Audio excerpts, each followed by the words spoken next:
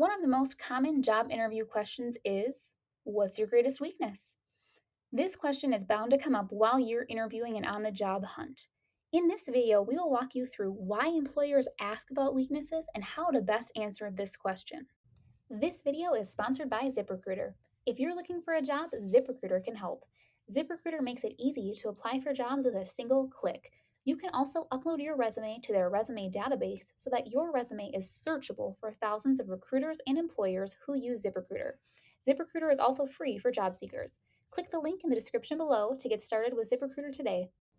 So, why do employers ask about weaknesses? Everyone has weaknesses, but what hiring managers really want to know is if there's anything that will prevent you from doing a good job. For example, if you say, my biggest weakness is that I struggle to get out of bed in the morning, many interviewers will cross you off their list. People want employees that are at work on time, even if that person works from home. How do you answer an interview question about your weaknesses? The best approach to answer this question is by actually answering the question the interviewer should have asked you. Instead of asking, what's your greatest weakness? They should have asked, tell me about a time at work where you struggled with something and how you overcame it. Do you see the difference? The first question just asks you something terrible about yourself.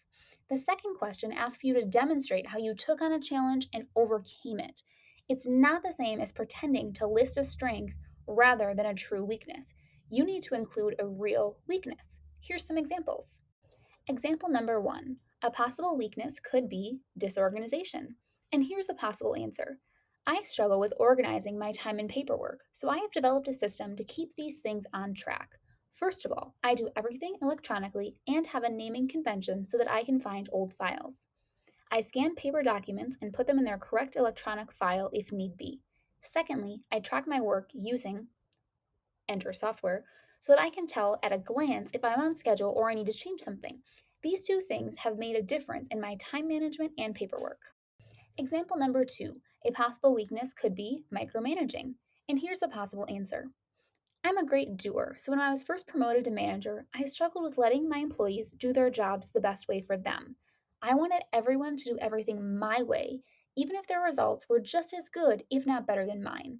So I learned to take a step back before offering feedback and ask myself the following question.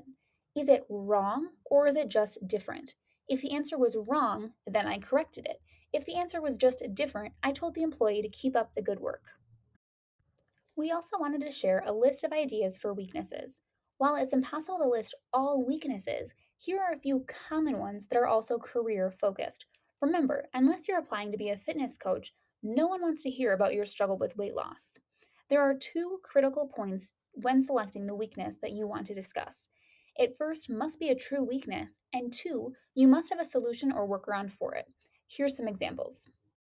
Hopefully, this video has prepared you to answer questions about your weaknesses. And now that you're prepared for your interview, it's time to start applying for jobs. Start applying for jobs today on ZipRecruiter. Click the link in the description below to get started.